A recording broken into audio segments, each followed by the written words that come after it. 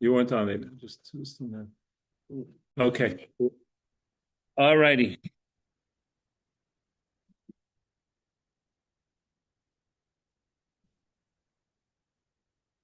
Hi, Diane. Hi, Rabbi. Hi. Let's just give out the Parsha. Okay. This week's Torah portion is Parshat Yisro. It's in Chumash Shemos, the book of Exodus. It is chapter 18, verse 1 through chapter 20, verse 23. There are only 72 verses in it, but that's all. But actually, it's action-packed, as we're going to learn. Amount of commandments are 17 commandments there. Mitzvahs 25 through 41, 3 positive, 14 negative. And let's find out more about it. So Yisro was a name of a person. We have a few portions which are names of people. Anyone know any other portions, names of people? Pinchas. Good. What else?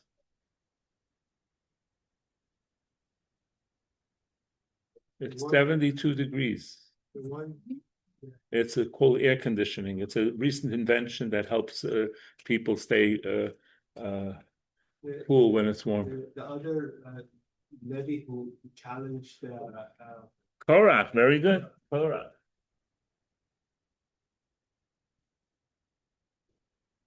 Oh. No, I made it 73. Thank you. And we have Noach, right? Parshas Noach was a person. So Yisro, there's some others as well. Yisro was a former advisor of Pharaoh, and when he suggested that Pharaoh not hurt the Jews, he saw that he had lost favor in Pharaoh, so he ran. He moved to Midian. He had 7 daughters. Eventually, he becomes Moshe's father-in-law.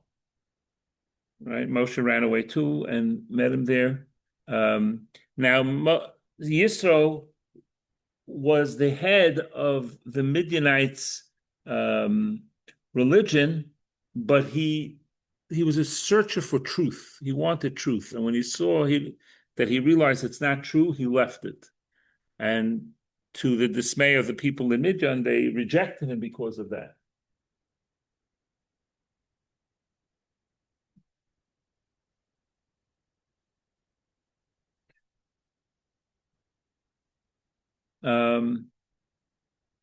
And the Parsha begins with the words Vayishma Yisro, and Yisro heard.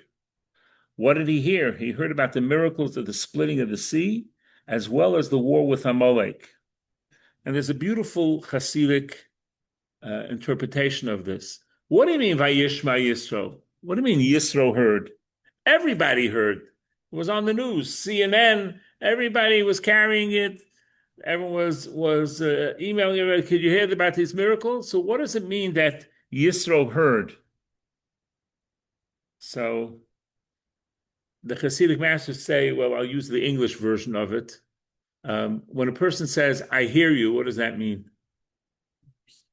I understand you. So Yisro he heard what was going on and didn't flip channels. He said, this means something. There means there's a God and there's responsibility and the responsibilities that go along with the awareness of God. A lot of people heard, wow, that's amazing, and then they flip channels. Story about a rabbi who was getting a ride with a taxi driver, and the taxi driver says, Rabbi, I have a great story for you about how my friend became religious. It says, well, what's the story? It says, well, we were traveling in the jungle and a snake started wrapping himself around my friend. And we didn't know what to do. We started hitting the snake. Nothing helped. And he just was squeezing my friend tighter and tighter. And finally, my friend, who wasn't religious, cried out, Shema Yisrael, Hashem Elokeinu, Hashem Echad, here, Israel, God is one. And the snake just slithered away. And that prompted my friend to become religious. And the rabbi looked at the driver and said, what about you? He said, oh, the snake wasn't on me, it was on him. So the idea is that we miss the point, right? We miss the point. Many times we miss the point. And that's the key the key element here is when we're inspired, concretize it with something. Do an action to solidify it. If you a lot of people get inspired about something, and then what happens is we get busy, we forget, we get life takes over. Concretize it in an action, and that's if you get nothing from this whole class, this lesson, whenever you feel inspired, what am I going to do to make it stick? What action am I going to take to make it? Yisro, he heard what happened, and he didn't switch channels. He decided he has to do something, and that's something that we can be inspired by as well. So he decided that he's going to go to Moshe, because Moshe had left Egypt now with the Jewish people, and he was still in Midian with Zipporah, Moshe's wife, and Moshe's two sons. And he lets Moshe know that they're all coming, and Moshe gives him great honor and respect, and he goes out to meet him. And once he went, then Aaron, Moshe's brother, went, and Nadav and Avihu, the two sons of him, went. And once everyone saw Moshe and Aaron and everyone else going, everyone else went along too to give honor to Yisro. Yes. Just came across something very interesting. Why does it say that he went to his daughter Zipporah, Moses' wife, and his grandchildren to join Moses and the Jews, eventually be converted to Judaism? What is that? I never heard of that before. Why don't you wait till we get there? We're almost there. You're almost there. It's like Yeah.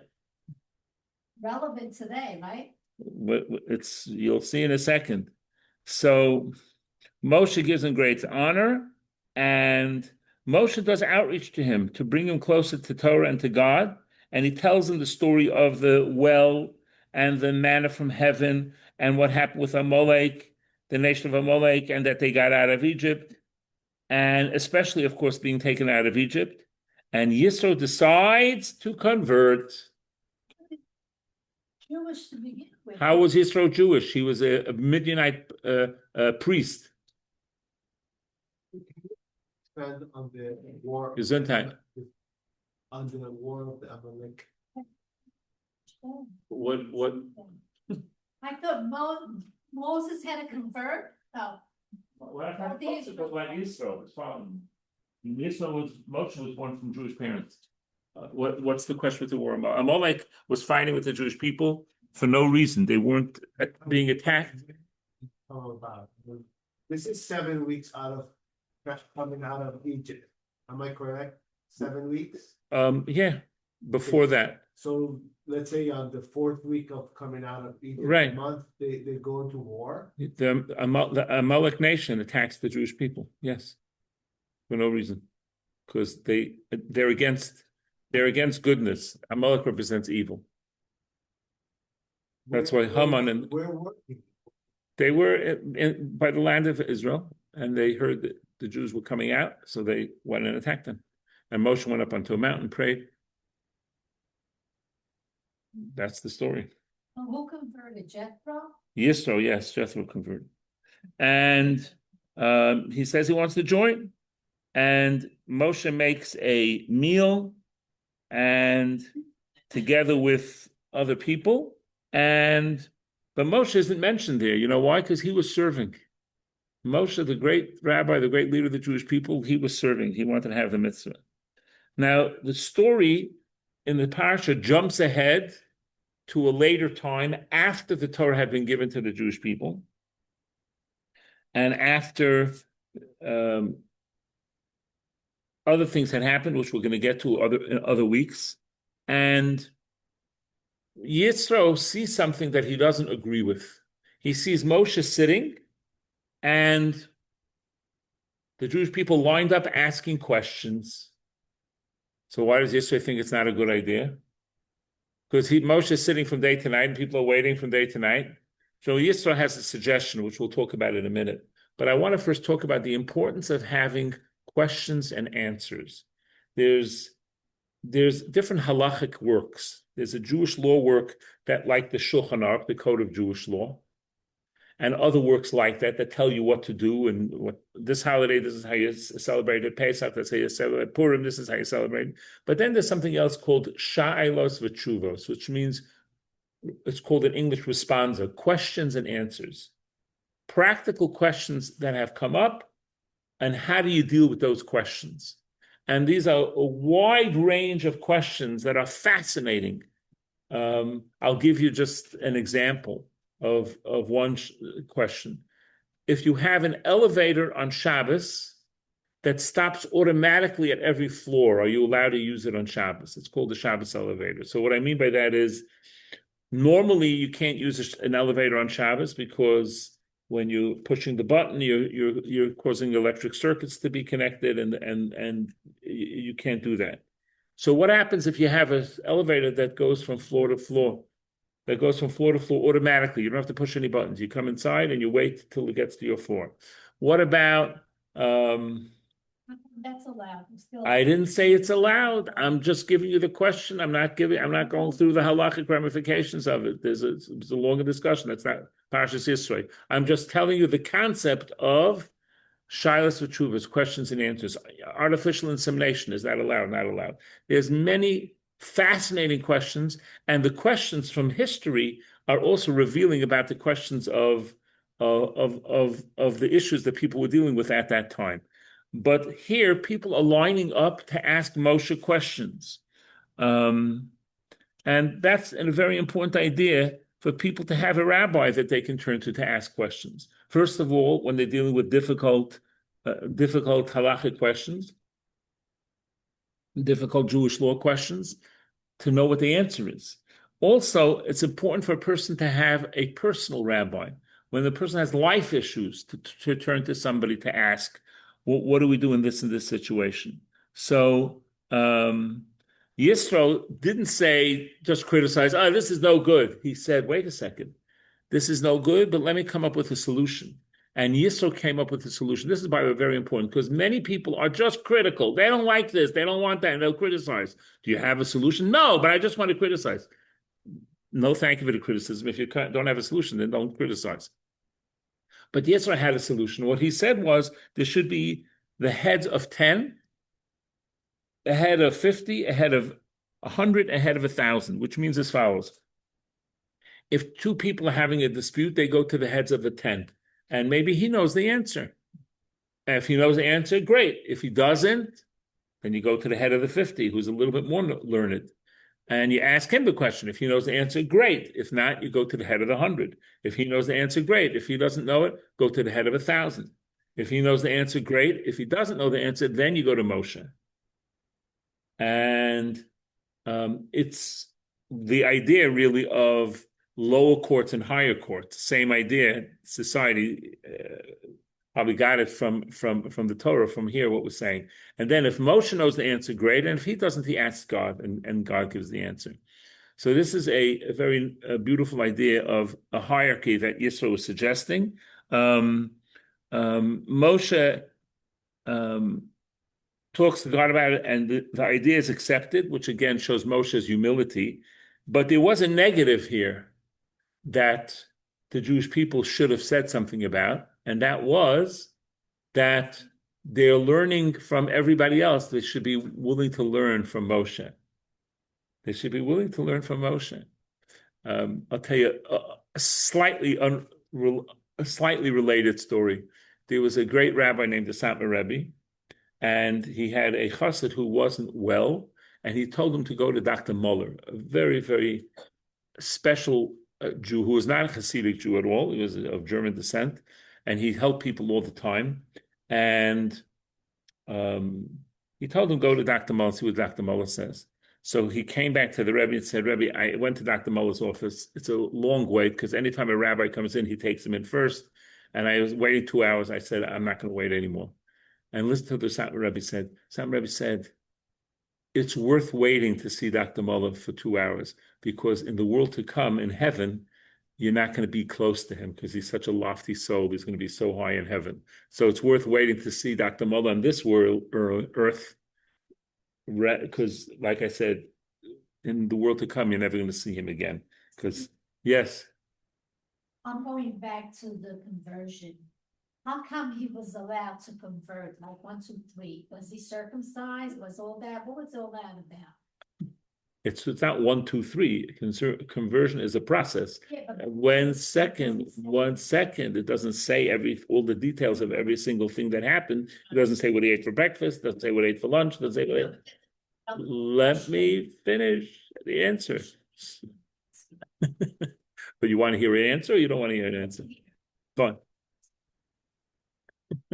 that's the day you don't like. It's not a matter that I don't like. It's not a matter I don't like. It's just we're in the middle of a class now. The answer is, you can ask questions, but I have to tone it down so that other people can gain from it also. Please, Evelina, be patient. The idea is that he was committed to join, and it's a process to join. It's not you don't fill out a form and pay the fee and that's it. But it doesn't have to say all the details, because that's not the relevant story. The relevant story is that he was sincere in his conversion and that he converted. And the whole process, that's a separate issue. That doesn't have to be said in the text. See, even your phone agrees with me. I'm sorry. Not necessarily. I think that's what the phone means, but it agrees with me. In any event, okay. All right. So Moshe accepts the idea, and that becomes the idea of what the Jewish people will do. Now, what's interesting is I'm going to quote something from you. You're not going to get the phone. I'll read it to you. The difference between what Yisro said and what Moshe said.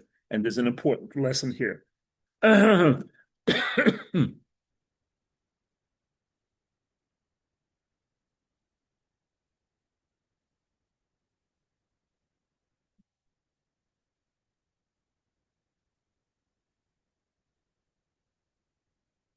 So I'm going to read you the English, and I'm going to tell you 2 verses. This is what Yisro said.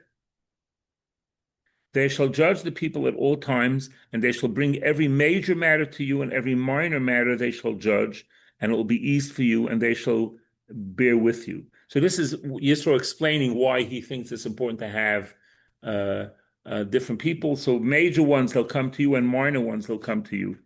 They'll take care of it, and they won't come to you. And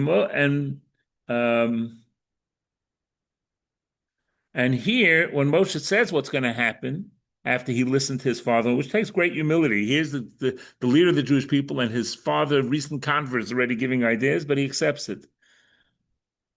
Okay, they judge the people at all times, the difficult things they would bring to Moses, and the minor things they would themselves judge. So what's the difference? I'll read it again so you can compare it. It's chapter 18, verse 22 is,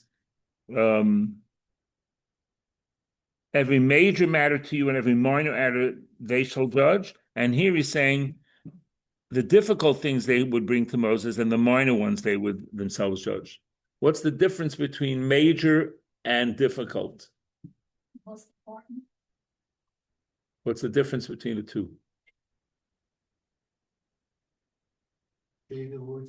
Major, you will judge, and minor, they will judge. And here it says what Moshe said, the difficult things they would bring, and the minor ones they would do themselves. What's the major one? Or what's We're not up to that. I want to know what the difference is between the two.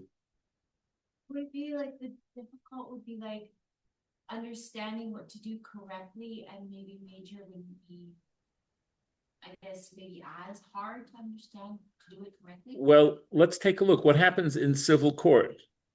If you want to go to small claims court, what you have to have something that's, I think now it's $10,000. I'm not sure what the deal is. $10,000 or less, you go to small claims court. The Torah tells us it's not about major. It's not about how big the case is. It's how difficult the case is. Yisro was being very practical. He's saying major, minor, big case, small case. Big case, you don't know what to deal with, go to Moshe. Minor, easy case, you guys take care of it. Moshe was saying difficult. It might be a small amount of money, but it's a difficult case, so that has to go to Moshe. So it's not about the money value, it's about the challenge of understanding the case and the difficulty of it. Does everyone get it? I'm sorry? I think it was similar. Great. Fantastic. All right. So the Jewish people are going out of Egypt, and then we're coming to the giving of the Torah at Mount Sinai. So before God's giving the Jewish people the Torah, the oral tradition tells us that God went to the nations of the world and asked them, "Do you want the Torah?" And they asked a very legitimate, simple question: "What's in it?" And God told the nation of Esau's descendants, "No murder." And they said, "Oh, no, sorry." God told the nations of Yishmael, "Would you like to tell what's in it?" "No stealing." "Sorry, not for us." And then God went to the Jewish people and asked them, "What would you like the Torah?" And they said, "Na'aseh v'nishma." We will do, and then we'll understand. They didn't ask what's in it. They just said, "Whatever you say, God, if it's from you, it's good, we're going to do it." And then we'll understand it afterwards, which is a very high level. And as a matter of fact, the Medrash says that they received the other nations asked, the Jewish people did not ask. And they received 2 crowns because of this. Rabbi, Yes.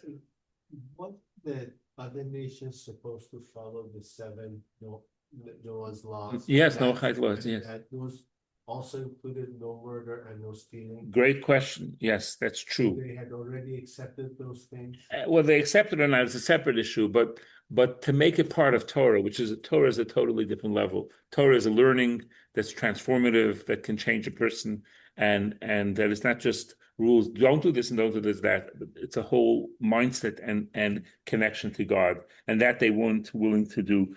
These are the 7 rules. We'll listen, we won't listen, but here is something stronger.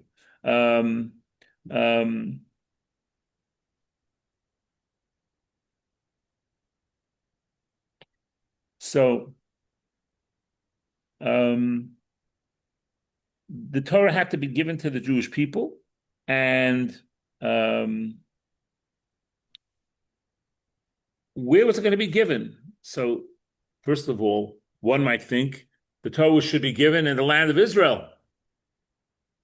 God said, "No, I'm not going to do it in the land of Israel," because one might think that that's the place to keep the Torah, only in the land of Israel. He's going to give it in a desert that's empty, that's desolate, and nothing there. And why on Mount Sinai? So the oral tradition tells us the celestial representatives of each of the mountains said, "Oh, the Torah should be given on me because I'm so big and beautiful. I have the beautiful flowers, I have beautiful trees, I have this, I have that, I'm so tall."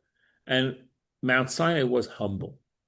Mount Sinai said, "Not for me. I have nothing special about me." And God said, "Oh, you're humble? Then that's for you. That's that. And then I'm going to give the Torah on you."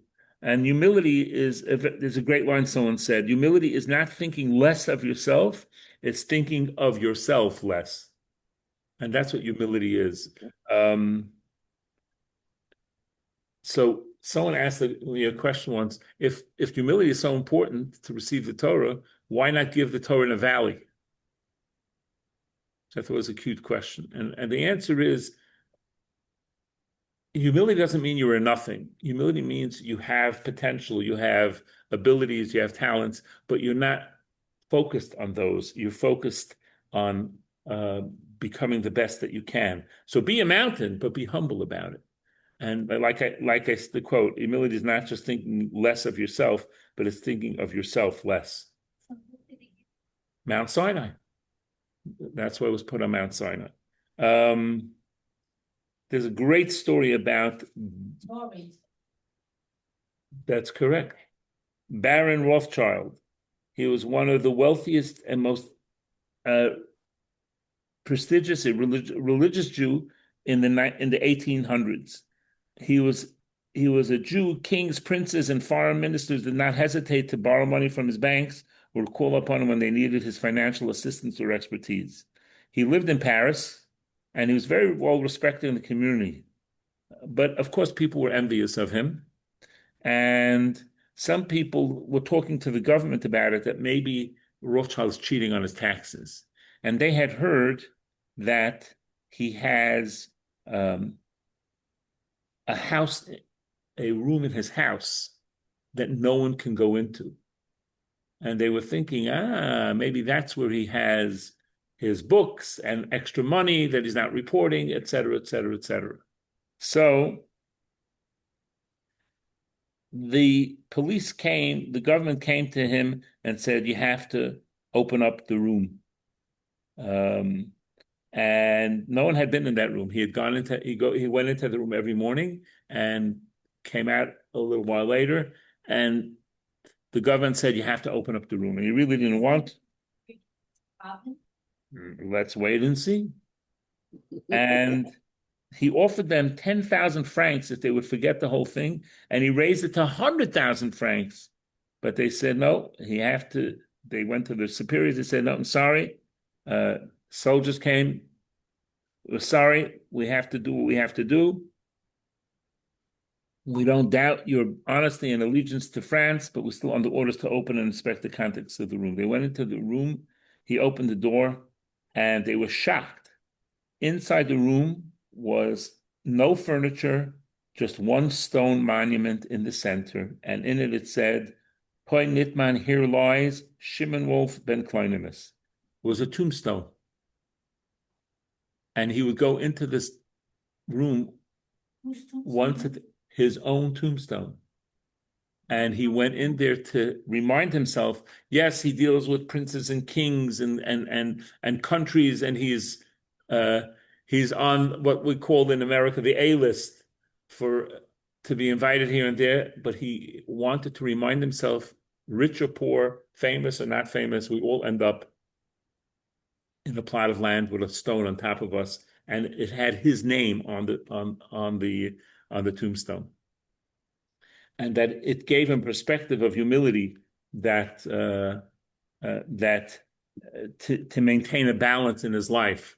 Here, everybody's fawning on him and dealing with him, and he just maintained his humility every day by going into this room to remind himself of where his end was. That was a powerful story. I'm sorry? That's right. That's right.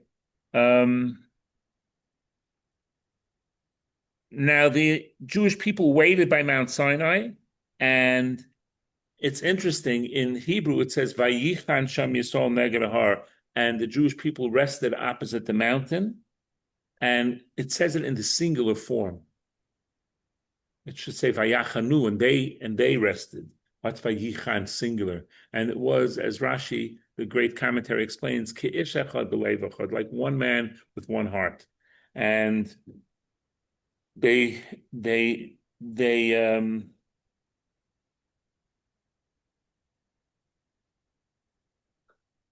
there, and they were hearing the Ten Commandments, which was an amazing sight. No other religion in the world talks about idea of claims of public revelation. Only Judaism makes that claim. And you can't make a public revelation unless it really happened.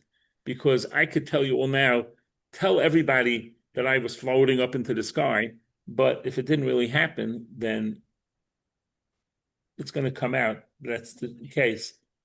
But in Judaism, God appeared to the entire Jewish people, and we also believe to the souls of the future Jews that would be born, and even those that would eventually convert.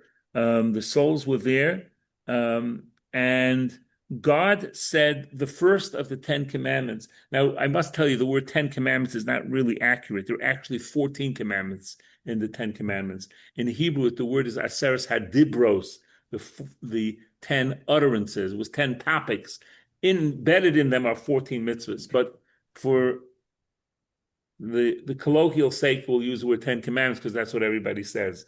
But it's really, there are 14 commandments in there. And the first one is, I am God, your God, that took you out of Egypt, and don't have any other gods.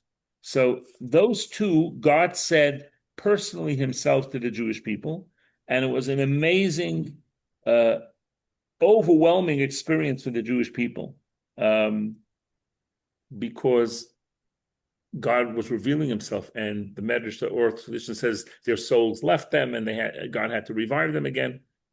But those first two commandments, I am God, your God, who took you out of Egypt, and don't have any other gods, are really the foundation of all the 613 mitzvahs, because the 613 mitzvahs, commandments, can be divided up into two sections. One is the positive commandments, and one is the negative commandments. Positive commandments are things that you're supposed to do, give charity, right? And not do is not eat bread on Pesach, right? So there's positive and negative commandments. So the commandment of I am God, your God, who took you out of Egypt, that's the foundation of all the positive commandments. Get closer to God. The negative commandments is don't deal idol worship. That's because when I do a negative thing, then I'm distancing myself from God. So then the Jewish people said, Moshe, we can't handle the revelation from God directly like that. It's too much. It's too intense. So the rest of them, God spoke through Moshe and told the rest of the 10 commandments. Now, in the United States, the 10 commandments are known as the 10 suggestions, but they are not, in fact, suggestions. They are commandments, what we're required to do.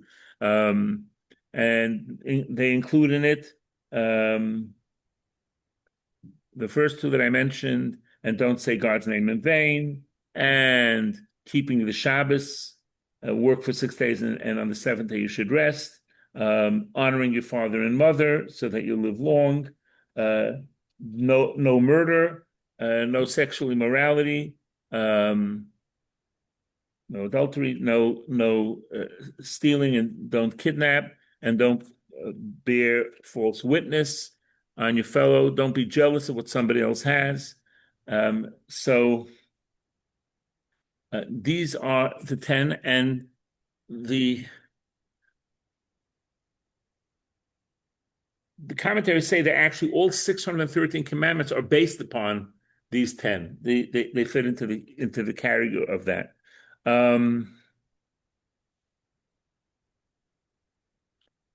And there's 2 tablets because they're 5 and 5. The first 5 commandments deal with the relationship between man and God, and the second 5 deal with the relationship between man and fellow man. So you have, again, all of the commandments fall into those categories. They deal with the relationship between God and the relationship with man. And you have both. You need both.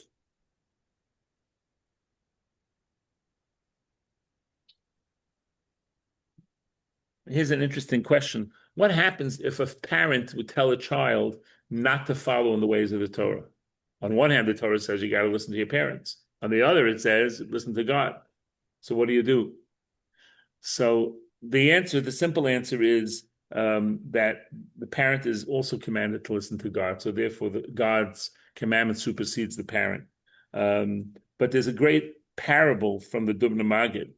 The Dubna Maggid was a great rabbi who always used parables to explain situations. And he says the following idea. There were 3 friends. One invented a powerful telescope. Another one invented a very fast car. And another one invented a powerful medicine that could cure every ill. And one day, the inventor of the telescope noticed a great commotion far away in the king's palace. The country's most eminent doctors were converging on the palace. Apparently, a member of the royal family must be mortally ill. The 3 friends heard about this. They jumped into that fast car and they zipped to the palace, and they found out what the story was, and it was the princess, and he had this powerful medicine, and he gave the medicine, and he healed them. And the king said, I will financially reward all of you, but I want to offer one of you my daughter in marriage because you saved her life. So who should it be? So the inventor of the telescope said, without my telescope, we wouldn't have known what was going on. We wouldn't have been here to save you. The one with the car said, without my invention, we wouldn't have made it in time. How good are their arguments? Very good. Make sound arguments. And the third one said, it's true, my friends are right. Without the telescope in the car, we wouldn't have made it in time. But I had the medicine that healed her. And if she ever gets sick again, she's not going to need the telescope and she's not going to need the fast car. She's going to need the medicine. And the king agreed. And therefore, when a similar situation, says the Dumagid, on the outset, God and a person's parents are partners in giving him life, but a man's life is dependent solely on God's, and from then on. Therefore, a person who has no right to obey his parents' wishes that contradict God's wishes. So this is an important idea with a beautiful parable as well. Question is, why did the Ten Commandments start with, I'm God, the God who took you out of Egypt? Yeah, but when you write a resume, you usually write your best thing forward. Why does it say, I'm God, your God who created heaven and earth? That's that's more impressive. I know, so why not say, I'm God who created heaven and earth? He said differently. I am the one who took you out of Egypt.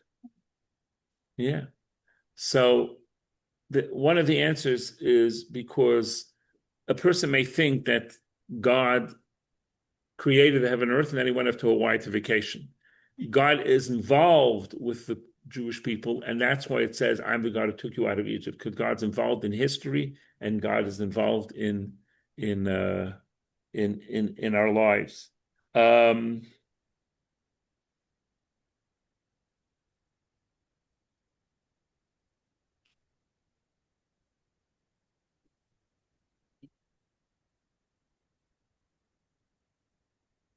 So it was an unbelievable revelation of God, and what ended up happening was the Jewish people not only heard the words, but they actually saw the letters. Well, do you want my jacket? No. I raised it so it shouldn't be on, so it shouldn't be so cold for all of you. What?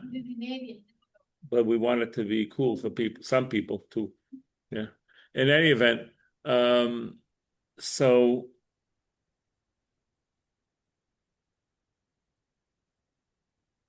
what ended up happening is they heard the words and they saw the words, and that was very inspiring. And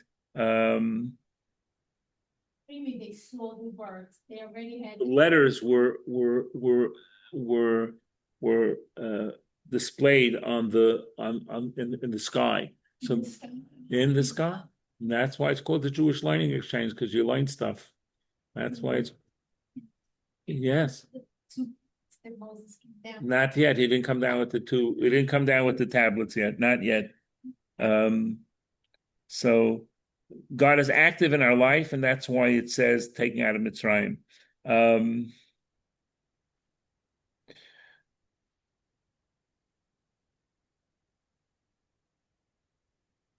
The portion ends with telling us that later on, when there'll be a temple, there should be a ramp that is used to go up to burn the sacrifices rather than steps.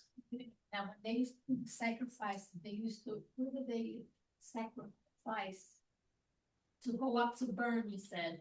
Yes, the Kohanim had the job of bringing the sacrifices. Burning the sacrifices? Yeah, the animals that were being sacrificed, right? Yeah. Yes, not people. And that's why it's called the Jewish Learning Exchange. That's why you learn stuff. In any event, so the Torah says that it should not be steps, but rather should be a ramp. And the idea is a very sensitive idea because they didn't wear pants. They had a certain type of pants, but they didn't wear, so their private part should not be revealed by walking up steps. So rather, so it was a ramp. And the Torah teaches us that we have to be careful not to to shame somebody if you have to do it, but not worry about the steps of the altar. Of course, a person shouldn't be shamed. But I'd like to conclude with a beautiful story about this idea of the revelation that was in front of everybody. In Israel in 1976, which was the bicentennial of the United States, the United States sponsored fireworks in Israel. And that time it was a rarity. And this little Jewish boy is watching the fireworks for the first time in his life. He's never seen fireworks. And he's so amazed and blown away by it. And he's trying to reference, what could this experience be like? What in his mind would this be like? And he sees the fireworks and he screams out, Na'aseh v'nishma, I will do and I will accept the Torah. And it reminded him of the Sinai experience. It's just a beautiful, beautiful story. Like my kids would say, well, I saw better at Disneyland. You know what I'm saying? But the kid in Israel who hadn't been exposed to it, the historical reference that he had was to the acceptance of the Torah, that the Jewish people said. They didn't ask what's in it. They just accepted whatever God gave us. That's the way it's supposed to be. So the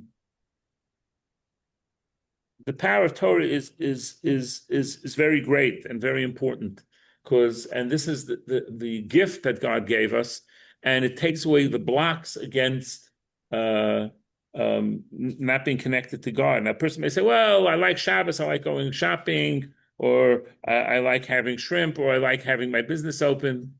But Shabbos is the Torah is the ultimate in what we're supposed to be doing, and lets us have the real connection to God, because that's the gift that He gave us. Okay, questions? May I? Yes, Please. I have a question, Rabbi. You Go ahead. said, honor your mother and father so you will have a long life. Yes, that's what it says in the Ten Commandments, correct? No, downstairs. Yes, why? I mean, I had not heard that before, but I mean, that's no, I fear to say this, but is that a guarantee? Well, it's a guarantee in many ways, because a person could argue, I don't have time to help my parents because I'm busy with life. So God says, help your parents, and you'll have a longer life. I'll make up the time that you spend to help your parents. You'll get more life to be able to do that. But there's always, like I said, there's a reward. And again, the reward could be in the world to come too. You can have a long life in heaven. So it doesn't have to be in the physical world necessarily, but it could be both. All right. I was a good Well, child. I was a good good for you. daughter. May you live long. May the Amen. bracha continue for you till 120, happily and healthily. Huh? That's why you pray? That's why you're here, to honor your father? Good. And not only that, hopefully to honor yourself as well. Any other questions, thoughts, comments? Again, we're off for next week because I have my grandson's bar mitzvah in Lakewood, so you're off the hook. But please learn about the Parsha. It's a fascinating Parsha, Mishpat. We'll have to talk about it maybe the week after. All right, you're very welcome. Feel good. Take care. All the best, Malka, Diane. Take care. Feel good. To you as well, Rabbi. Thank you. Amen. Take care. Thank you. Simchas by all of you. Amen. Amen. Thank you.